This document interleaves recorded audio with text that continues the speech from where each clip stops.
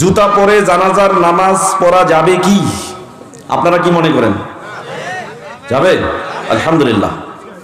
আবু দাউদ এবং মিশকাত দুটি হাদিসের কিতাবে হাদিসটি আসছে। মিশকাতুল মাসাবি কিতাবুত তাহারাত পবিত্রতা সংক্রান্ত একটা অধ্যায়, বাবু তাতহিরে নাজাসা, নাপাকি থেকে পবিত্র হওয়া সংক্রান্ত একটা অনুচ্ছেদ রয়েছে। আল ফাসলুস সানি দ্বিতীয় পরিচ্ছেদের 503 নম্বর হাদিস। আবু হুরায়রা রাদিয়াল্লাহু তাআলা আনহু থেকে বর্ণিত, তিনি বলেন রাসূল সাল্লাল্লাহু আলাইহি সাল্লাম বলেছেন, ইজা ওয়াতিয়া আহাদুকুম বিনাকলিহি লাযা ফাইন্না তুরাবা লাহু তুহুরুন। যদি তোমাদের মধ্যে কোনো ব্যক্তি জুতার মধ্যে, স্যান্ডেলের মধ্যে নাপাকি মারায়, তাহলে ওই জুতাকে পাক করার জন্য মাটি যথেষ্ট। কি যথেষ্ট? মাটি যথেষ্ট। এই হাদিসটার ব্যাখ্যা, মিশকাতের ব্যাখ্যা গ্রন্থ মিরআতুল মাফাতি ইবনে হাজার আসকালানী রাহিমাহুল্লাহ এখানে উল্লেখ করেছেন, কোন ব্যক্তি যদি তার পায়ের জুতার মধ্যে ময়লা থাকে আর এটা যদি সে মাটিতে 3 বার ঘষে নেয়, তাহলে ওই জুতা পবিত্র হয়ে যাবে, ওই জুতা পরে ফরজ সালাত আদায় করা যাবে মসজিদের ভিতরে। তাহলে জুতার মধ্যে ময়লা নাই, কোনো নাপাকি নাই, এই জুতা জানাজার সালাতে খোলার কোনো প্রয়োজন নাই।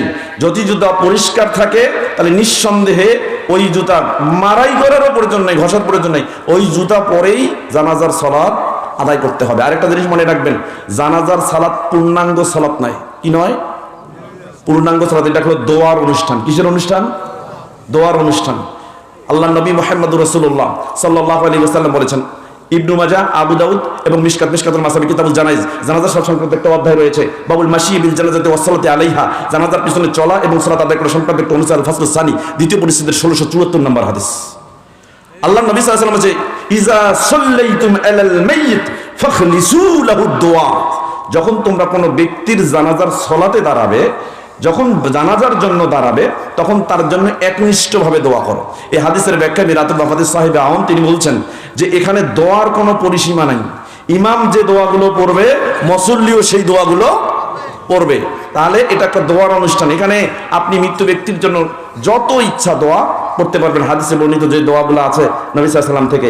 অতএব এর থেকে প্রমাণ হয়ে যায় জানাজার সালাত হচ্ছে একটা দোয়ার অনুষ্ঠান। আরেকটা জিনিস মনে করবেন, সিলসিলা হাদিস সহিহা 1 নম্বর খণ্ডের 648 নম্বর হাদিস, যেখানে বলা হয়েছে as-salatu salasa aslasun, সালাতের 3টা অংশ। কয়টা?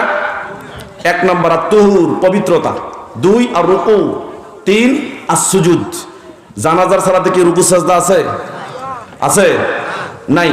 তাহলে বোঝা গেল এটা পূর্ণাঙ্গ সালাত নয়। পূর্ণাঙ্গ সালাতের 3টা জিনিস থাকবে। 1 নম্বর হচ্ছে তুহুর, পবিত্রতা, ওযু করা, 2 রুকু করা, 3 সাজদা করা।